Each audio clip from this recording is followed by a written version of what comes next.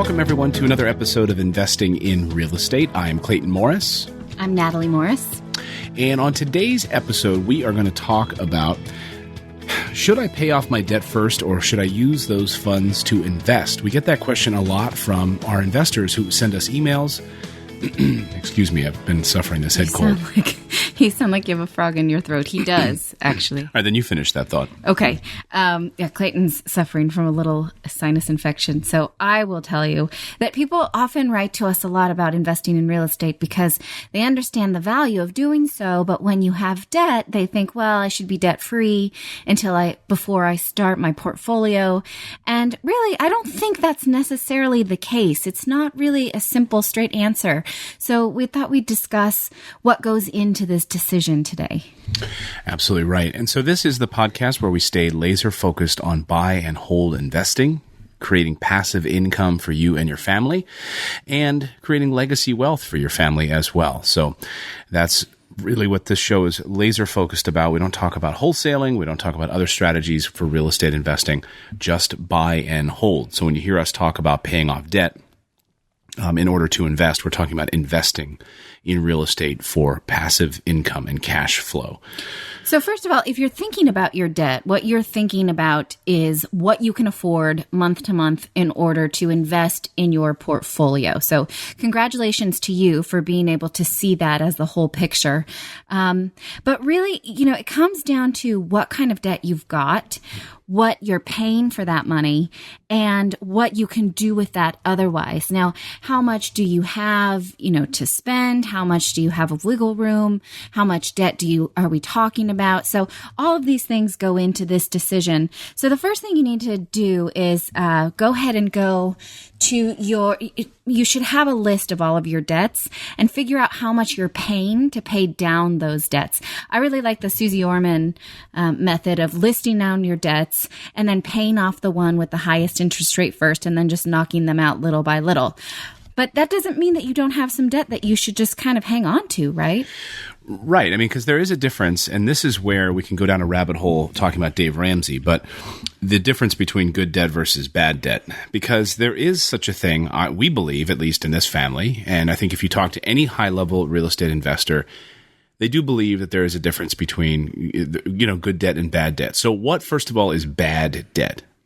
Well, bad debt is something that you're paying a really high interest rate for, and it's on an asset that is not performing. So like a boat. Yeah, and a car. I hate to say those kind of things because we don't know what they mean to certain people, right? Like a boat could have been your dream since you were a child, and maybe you saved up a lot of your allowance money and put it down, and then you have it financed at a very low rate. So I wouldn't say a boat is necessarily a bad debt. It depends under what circumstances you buy that boat. If it's really strapping you down, you got a 17% loan on it, and you can't do anything else because you're paying down this boat and you never use the boat, or the boat is just like a status symbol. Right, you're not a boat. Because, there are boat people, right? You see them out in their driveway. They're like hosing down their boat. They're cleaning their boat on a regular basis. Like my mom, yeah. Yeah, they're out there listening to music on a Saturday afternoon. They love their boat. That's a boat person, right? But the person who you see, it's always under a tarp. They never use it, and they're paying like 17% on this ridiculous boat that they never use. Right. So I read a blog post about this on Bigger Pockets. I call it high interest status debt.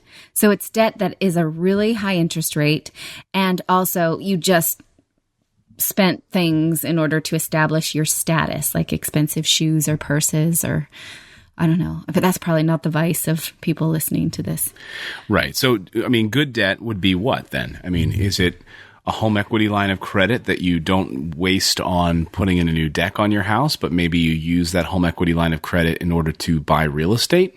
Again, the deck may be a necessity. So it's really hard to give assets a label of good or bad.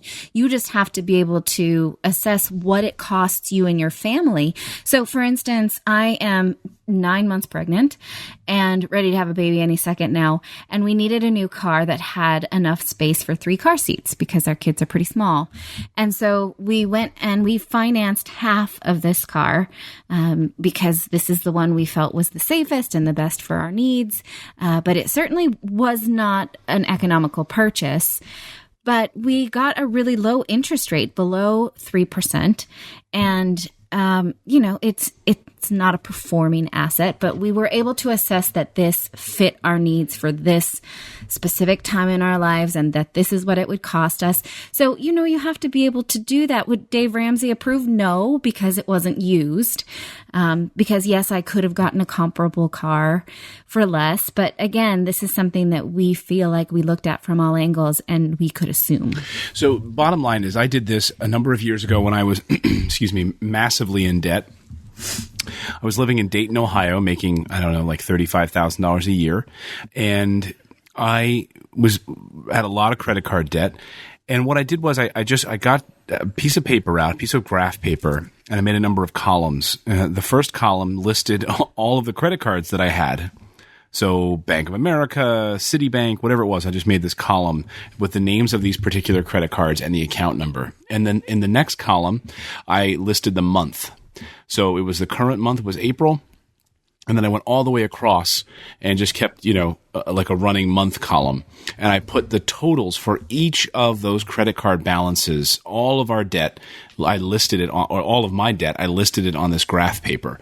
And I could see what I wanted to kind of pick off first. I really believe that you can do this in tandem. I don't think, because we get this question, I've got $20,000 in credit card debt. Can I invest in real estate? And I think you can do this in tandem. I think you can pay off your debt and invest in real estate, don't you? Right. And I have on nataliemorris.com, I have an Excel spreadsheet that I give away in a blog post called How to Approach Your Debt with Creativity, because I give you a plan on how to pay off the highest interest debt first. How do you add to your principal so that you're paying down not only interest payments, but principal, and then knock it out little by little within the budget that you have set every month for repaying debt. So let's say you have all of your expenses, like your groceries and your mortgage and whatever car payment you've got, and then you realize that you have about $500 to work with every month to pay down some debt. So within the confines of that $500, can you afford to also pay into an investment? Well, that's where you sort of treat your interest rate like a teeter-totter. Which one is heavier, right? You don't want to be servicing debt at above. In this market, I don't think you should be paying above 4% for necessities for debt, right? There's just no reason to get a mortgage above that rate. There's no reason to get a car payment above that rate unless you have bad credit. So anything under 4%, let that hang out. Just pay for that. That's a pretty good interest rate. You're paying for a service, for money. Anything above that, work on knocking that out first. And then with what you've got left over, see if you can find an asset that performs better than that. What do you think of that? Yeah, but what about if you're, are you talking about strictly like primary residence for a mortgage? You're not talking about like a rental property that you might have private financing on, right? That's something different, right? We're not talking about debt service on an investment. We're talking about your personal debt. Yeah. Debt service on an investment is something we'll talk about in a completely different podcast. So yeah, we'll do a whole episode on debt service because we've had that question from listeners as well. So, I think, breaking out your bad debt. And I think you just need to be real with yourself. I think we all know what your bad debts look like in your own family. So if it is that boat and you're not lying to yourself and you know that was a bad purchase and that albatross is like hanging around your neck right now, list that down as your bad debt. And then in another column, list out your good debts. And you really begin to weigh, like I had a student loan debt. So when I was doing my whole graph paper thing, I put my student loan down. It had like a 0.01% interest rate. My biggest concern was not tackling that student loan debt. It was tackling the 17% interest that I had on that Citibank card. Right, or a department store card. The department stores will charge you an arm and a leg. 22%. Right, it's crazy. When I got my first mortgage on a house, my dad said to me, Natalie, you're paying for money. It's a service that you should be willing to pay for because you don't have that in the bank, and it's an acceptable service. But you want to get the best deal. 17% on a dollar is not a good deal on money. You're buying money basically, and you want to buy it at the lowest interest rate. So your bank mortgage, probably your car loan, your student loan, although 0.1% is so low for a student loan these days. Students pay so much more than that. It's terrible. But nevertheless, you want to then weigh your investment against what you could be making or paying rather in interest rate, right? So what we're doing is saying, can this money, say you've got $500 a month, can it knock out the high interest debt? That's good. Let's take as much of that as possible. But then can it perform at even higher than that? Can you get an investment that performs at like 12%, but you've got, say, a student loan at 6%, right? So you can split that money up. It's a matter of approaching this creatively and not seeing your debt as something that is debilitating, because it isn't necessarily. Yeah, I was saddened. I got an email last night from an investor that said, I've got like $30,000 in debt. I have bad credit, and I would like to get started with investing. I live in a house. My primary residence is worth $310,000. I owe $187,000 on it. I have bad credit, and I have like $30,000 in credit card debt. Is there a way that I can invest? And what would you say to that person? I would say yes. You just need private money, and you need to bust your butt a little bit and get out there and find a great deal and find a private lender that's willing to just lend on the asset and is not worried about your debt. Well, yeah, and I mean, you have to see your real estate portfolio as a garden, and the earlier you plant those seeds, the earlier then you reap the benefits of what you've been planting. So, waiting to start your portfolio is usually not the right answer.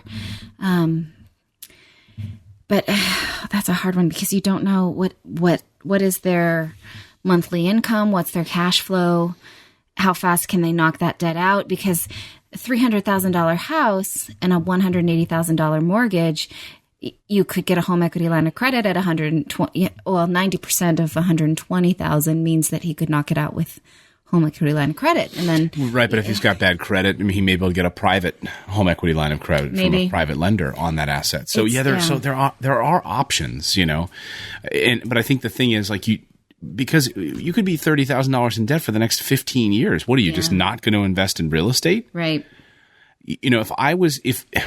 If 15 years ago, when I was saddled with this big amount of debt and I had this big graph paper in front of me, and if I knew what I knew, if I knew then what I know now about real estate investing, I would have done whatever I could to try to pay off some of that debt, like 50%, and try to invest the other 50% into buying rental properties. I would have been out at real estate meetings. I would have been shaking hands with people. I would have been trying to find private lenders to help me get my first deals. Right. And private lending is a whole other subject to discuss. But, if you, just big gust of wind, if you, let's say, find an investment that performs at 10%, a real estate investment, right?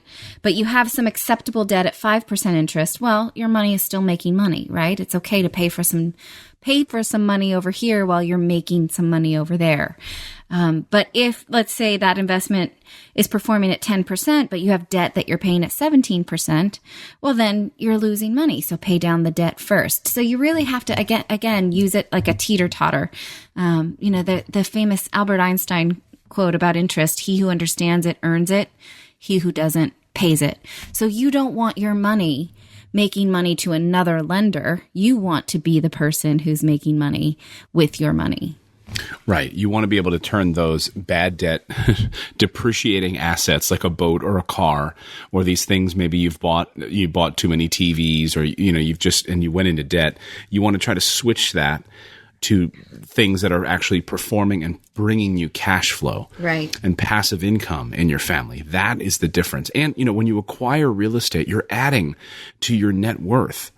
When you buy these depreciating assets, you're not adding to your net worth. And maybe you get a really awesome performing asset and you're cash flowing, let's say this real estate that you bought makes you $800 a month, but you have $500 a month to be paying down your debt. Well, now that extra $300 that you're making per month could be accelerating that debt payment, right? So you could be using this as another income stream to pay down that debt. And then once the debt's gone, you keep that extra money. So one key thing I think, and this was really important for me to learn when I was in debt, was to avoid going further into debt during this process. And that can be difficult, especially if you're currently in school and you need to take out more student loans, or, you think that you need to keep spending money on your credit cards. I mean, what would you say to those people? Because for me, that was key. Like, I didn't want to see those columns on that graph paper going up. I wanted to see them going down. Yeah. And you've got to stop the bleeding, especially, like I said, if it's high interest status debt. You just have to make it stop one way or another. And when we first got married, we had some pretty tight months. And, what Susie Orman says to do is walk around your house and find things that you can get rid of that you're not using and sell them so that you can turn your non-performing assets into performing assets. So I found like old iPhones and digital cameras, and I sold them on eBay because we were in a tight place and we needed to find some extra cash, pay down some debt, and make sure that we could then have some expendable income in order to build wealth. That was a rough time. It was a rough time. I was thinking about it the other day, actually. I mean, and if you think like, hey, Clayton and Natalie they don't go through this kind of stuff. Well, bullcrap. Yeah. Because I'll tell you what, I've been in some scary places with in financial trouble in my life, and not only like massively in debt, but having gone through a foreclosure. And I mentioned here on the podcast before, like waking up one day and having all of my assets frozen, all of my bank accounts frozen. I couldn't even go buy a cup of coffee. I was like, what is going on? Why does my debit card not work? And I go to my account and it's literally locked because of this foreclosure and a deficiency judgment. I mean, it was just horrible. But there's a way out of it. I mean, and you've got to just take it one step at a time. And just take a deep breath with it and realize you can bounce back from it. Let's talk about the spouse issue, because very often there's going to be one spouse in a relationship that's going to charge up the credit cards. Well, maybe, yeah. Well, actually, yeah, that might be the case where there will be one spouse who will be a little loosey-goosey on the credit cards, get a little further in the debt, and before you know it, you're at $9,000 in debt. And you look at each other. I mean, this happened to you and me, where we were married and we had bought some furniture, we had moved, and we just didn't even realize that we had gone pretty deeply into, not deeply, we went pretty far into debt for a little while there. Right. And especially because we weren't communicating about what we were buying. Clayton would say, I want this thing. And I would say, I don't know if, I would know that there was no money in our monthly budget for it, but I wasn't completely sure what his freelance endeavors were making. So I thought, well, I guess if he's saying he wants this thing, then maybe he's got this money and from podcasts or whatever. And we just weren't talking about it. And so then, an insurance bill or a tax bill would come up and I'd be like, I need some extra money. It wasn't in the budget for this. And Clayton would say, but don't you budget for those kind of things? And, it wasn't a very holistic strategy because I was just concerned on the month-to-month deliverables and not wealth building. And Clayton was concerned with wealth building and not the deliverables. So you have to both be on the same page and understand what are the month-to-month deliverables, like cell phone payment, cable bill, whatever, but also what are the bigger expenses. Like this morning, we just had a talk about what's in our savings account because our kids go to a private school and that's something we have to budget for very carefully. And then also our taxes and insurance bills because we used to be surprised by those. And so I said, here's what's in this account because of these bills. So do you have, any input about how we further allocate? It's an important conversation. Yeah, it really is. So, if one spouse has that credit card and they're running things up, obviously you need to be on the same page, but also typically one spouse is going to be more conservative than the other spouse. And so maybe the husband says, honey, look, I think we should invest. But she says, but honey, we have this credit card debt. We're not going to do that until. And obviously, any investment, there's no guaranteed rate of return, right? With any investment, there's risk. But as long as you can show your spouse that this, that maybe you figured into your overall equation that, a fantastic return on investment, a fantastic ROI, like the houses that Natali and I buy, we know that our goal with all of the paperwork when we sit down and do our numbers is a minimum 10 to 12% ROI. Like that's what we want. Some investors in New Jersey are fine at 8%. Some even less than that. Stock market, you can get 4, 5, 6% return, cash on cash return. Our goal, we know, is a 10 to 12% return. So if we're buying smart and we know that we're going to have it managed properly, we know we're going to have a tenant in there with a great credit history, has a good job, and is signing a long-term lease, then you can mitigate your overall risk. And if you can present it to your spouse in the right way to get them on board, because you can't do this on your own. You've got to make sure you have your spouse on board with this. Right. And some other options, if you do have a spouse who can't control themselves with a credit card, is maybe look into a charge card, because a charge card, you can't carry a balance. You have to pay it off month by month. And then, that will sort of stop the bleeding. This spouse can only spend, say, $1,000 a month, and then they get to their grocery limit and that's it. They're done. And then you pay that off every month. That's one option.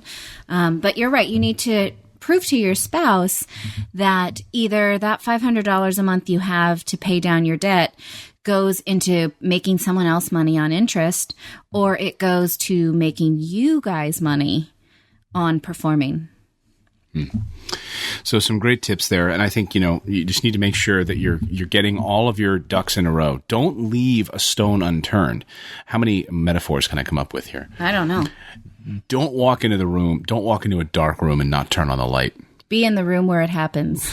Right. Thanks, Hamilton. Yeah. Make sure you have all of your debts written down on paper. Don't think that, that one, I'm just going to leave it off this paper. Put them all down there, because once you see it all on paper and you begin to track it month to month, it's a game changer. Yes. So I think that does it for today. We actually have a couple of really good episodes coming up, you and I, and we should really point out. If we do say so ourselves. Yeah. No, I'm excited about some they're because all good, but right. No, they're not all good. I like to think we try to do great episodes and bring great content, but sometimes they're not as, maybe one is better than the other. Next week here on the show where you and I talk, so episode 46 next Wednesday, the 31st of August. Can you believe this? We're going to be talking about how to repay your primary mortgage using a home equity line of credit. You do not want to miss that episode. I want you to wrap your head around that for a second. How to use your home equity line of credit to pay off your primary mortgage balance. It is an awesome ninja trick. It's something that I've been talking about for years, and it's something that we do on our own family and have been able to pay off an enormous amount of our primary mortgage using our home equity line of credit. Mm-hmm, we have. It's very exciting. It is exciting, and a lot of people have done it, and I've actually spoken to investors on the phone who, after they read a blog post that I'd written about it about a year ago, had said that they and their wife have done it, and now they've been able to pay off their primary mortgage, and I've been so excited about that. That's amazing. Yeah, it is amazing. I mean, when you get that phone call and you're like we read your blog post and we did it. We paid off. I was like, what? Yeah. That's awesome. We're chipping away at it. That must feel amazing to, like when you sell your house and you get that thing in the mail that says like, we paid off your mortgage, but it's a house that you sold and you have a new mortgage, right? But there's still something very satisfying about that when you get that recorded deed that there's no more note on this house. Yeah. What would you do? You'd do like a jig? I don't know. To have like a mortgage party. Do a split leap in the air. I think people do like a mortgage burning party, right? Maybe. Like, here it is. Here's our final payment. We just mailed it in. Let's burn this thing in a fire. Yeah. So we're going to spend a whole episode diving deep into how we structure things with our home equity line of credit in order to pay down our primary mortgage. And of course, that frees up more equity in order for you to do some amazing things with investing in real estate. So it's just overall power, and you're increasing your net worth. And that's what we're all about here on the show. So if you are ready to build financial freedom, if you want to take that step and figure out how many houses it would take for you to achieve financial freedom, I have built an awesome 3-page PDF. It's called I call it my Finding Your Freedom Number cheat sheet. It's 3 pages. If you haven't already downloaded, it's totally free. Just go to morrisinvest.com/freedom. That's our website. Yes, we do run a turnkey rental business. That is what we do. But however you buy real estate, I don't care. But you should do it and make sure that you're cataloging it and figuring out exactly how many homes according to your numbers you need to achieve financial freedom. So come on over to our website, Morris Invest, Morris invest.com/freedom, and download our free cheat sheet and just go through it, sit down with your spouse and map it out. It is a game changer. It is the thing that changed my life. Wouldn't you say? Mm-hmm. Don't just blindly say, mm-hmm, mm-hmm. You know it did. Amen. That's right. What? I get proud talking about the freedom number. I know that, honey. I'm proud of you, too. Well, that's going to do it for this week's episode. We publish this show every 3 days a week, Monday, Wednesday, and Thursday. So we'll see you back here tomorrow. Once again, we've got a great investor. He's about to do an $800 million deal in the Caribbean, building a massive resort. He has done all types of investing, from commercial to residential. He's funded large apartment projects. He does private lending. The guy is amazing. Don't miss our episode tomorrow with Alan Gwynn, and a good friend, a great investor, and just a very humble guy. So don't miss it. That'll be tomorrow's episode here on Investing in Real Estate. We'll see you next time, everyone. Bye-bye.